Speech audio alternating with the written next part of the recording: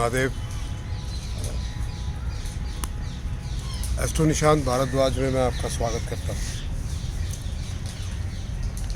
मेरे जितने भी सनातन परिवार के सदस्य हैं उनका कोटि कोटि अभिनंदन है। और मैंने आपसे ये कहा था पिछले वीडियो में, जब चीन के ऊपर बनाया था, तो मैंने कहा था चीन शांत बैठा हुआ। इसका मतलब ये मत समझिएगा कि चीन शांत है। चीन कोई ना कोई खुरापात जरूर कर रहा है। आज उसी विषय पे बात करेंगे। सबसे पहले तो जिन्होंने सब्सक्राइब नहीं किया वो प्लीज़ सब्सक्राइब कीजिए, शेयर कीजिए, कमेंट कीजिए और कंट्रीब्यूट ज़रूर कीजिए जितना भी कर सकते हैं। अब बात करते हैं चीन की। ये जो इजराइल पे हमास ने अटैक किया है, सबसे पहले तो मैं इसकी भर्त्सना करता हूँ। जिस तरीके से उन्होंने औरतों पे और बच्चों पे अत्याचार किया, जो वीडियो आ रहे हैं वो निंदनीय हैं और जितनी उसकी भर्त्सना की जाए वो कम है। और मैं उन सभी लोगों की भर्त्सना करता हूं जो हमास का समर्थन करते हैं, इंक्लूडिंग कांग्रेस पार्टी, जिनका जो कभी सनातन को समूल नाश करने की बात करती है और कभी हमास जैसी पार्टियों का समर्थन करती है, लोगों आतंकवादियों का। अब बात करते हैं चीन की। चीन के बारे में मैंने आपसे कहा था कि भैया चीन जो है वो कोई ना कोई षड्यंत्र ज़रूर कर रहा है और उसका नाम बहुत जल्दी सामने आने वाला है। तो ये जो हमास ने हमला किया है, इसके पीछे की पूरी कारीगरी चीन की है, पाकिस्तान। और ये अब सामने भी आने लगा है, चीन, पाकिस्तान और ईरान। अब जब ये चीज़ें सामने आने लगी है तो चीन छद्मवेशी है, रहस्यमयी है, पीछे से हमला करता है, धोखेबाज है।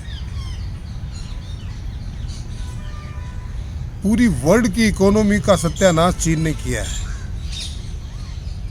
यूरोप को बर्बाद करने पे तुला हुआ है चीन। ये जब जर्मनी के चांसलर वहाँ उनसे मिलने पहुँचते हैं या जो लोग चीन से वार्तालाप करते हैं, तब उनको समझ में नहीं आती है। चीन के अपने उद्देश्य हैं। वो सीपैक जो है उसका सत्यानाश हो गया, तो अब वो जो आईमैक का जो हिंदुस्तान ने नया रूट निकाला है उसको बर्बाद करने पे तुला हुआ है। पाकिस्तान ने वहाँ हथियार पहुँचाए जो यूक्रेन को जाने थे अमेरिका की मदद से, पाकिस्तान के थ्रू, वो उन्होंने हमास को पहुँचा दिए। अब इस षड्यंत्र को समझिए। चीन बहुत ही जल्दी ताइवान का फ्रंट खोलने वाला है। चीन इस पूरे,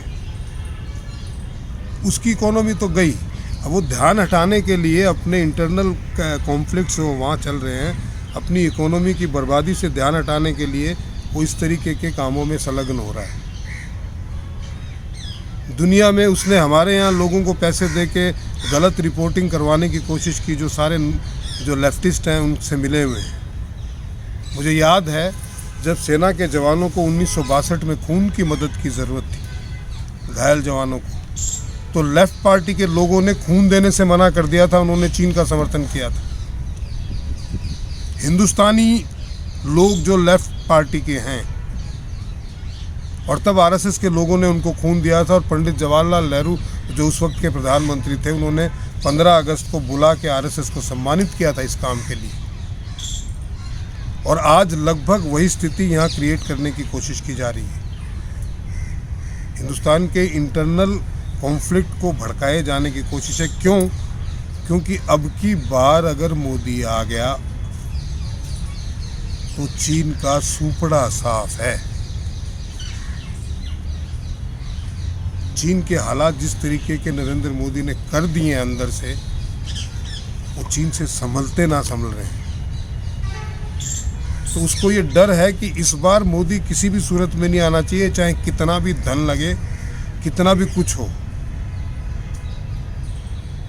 भड़काओ जो लेफ्ट लिबरल्स हैं, जो उनका एक इंटेलेक्चुअल ग्रुप है, उसको वो खबरों के ज़रिए जो उनके उग्रवादियों से जो संबंध है उनको यहाँ पे दहशत फैलाने के लिए, जो उनके बाकी लेफ्ट लोग के विंग के लोगों से संबंध है जेएनयू या एएमयू में, तो उनको उस तरीके से दंगा फसाद कराने के लिए पूरी तरीके से चीन की संलग्नता है और बहुत सारा पैसा आवंटित किया गया है।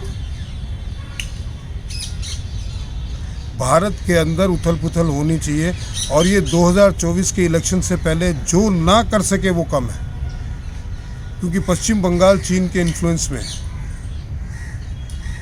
केरल चीन के इन्फ्लुएंस में है, और देश में कई जगहों पे जो लेफ्ट लिबरल बैठे हुए हैं वो चीन के इन्फ्लुएंस में है। जो इंटेलेक्चुअल लेफ्टिस्ट हैं, अपने आप को सो कॉल्ड इंटेलेक्चुअल कहते हैं, वो चीन के इन्फ्लुएंस में काम करते हैं पैसा लेकर। इनका धर्म कोई नहीं है, ये किसी ईश्वर को नहीं मानते, किसी धर्म को नहीं मानते। इनका धर्म है पैसा, और देशों को बर्बाद करने का काम करते हैं। इनका कोई देश नहीं है, कोई देशभक्ति नहीं है, कोई ईश्वर नहीं है, कोई दया नहीं है। फुल्ली आतंकवादियों को समर्थन देते हैं। मुझे कहने में कोई गुरेज नहीं है। तो ये वीडियो बनाने का मकसद ये है कि आने वाले समय में बहुत सारी घटनाएं, संघटनाएं, दुर्घटनाएं होंगी। नेचुरल कैलेमिटीज को छोड़ दीजिए तो देश में पूरी तरीके से अराजकता का वातावरण पैदा करने का प्रयास किया जाएगा। तो आपसे निवेदन है कि अपने आँख कान नाक खुले रखिए। किसी भी चीज़ की, किसी भी साजिश की गंध आती है उसे सूंघिए, अगर कोई दिखाई देता है संदिग्ध तो उसे देखिए और सरकार को सूचित कीजिए, क्योंकि ये आने वाले फेस्टिवल सीज़न में जो इलेक्शंस भी हैं और आगे भी इलेक्शंस हैं, 2024 के इलेक्शन तक इसी तरीके से अराजकता फैलाने का प्रयास किया जाएगा। भाई आप समझ रहे हैं ना मेरी बात? आशा है कि मैं जो कहना चाहता हूँ आपको समझ में आया होगा। प्लीज़ सब्सक्राइब कीजिए, शेयर कीजिए, कमेंट कीजिए और कंट्रीब्यूट ज़रूर कीजिए। महादेव।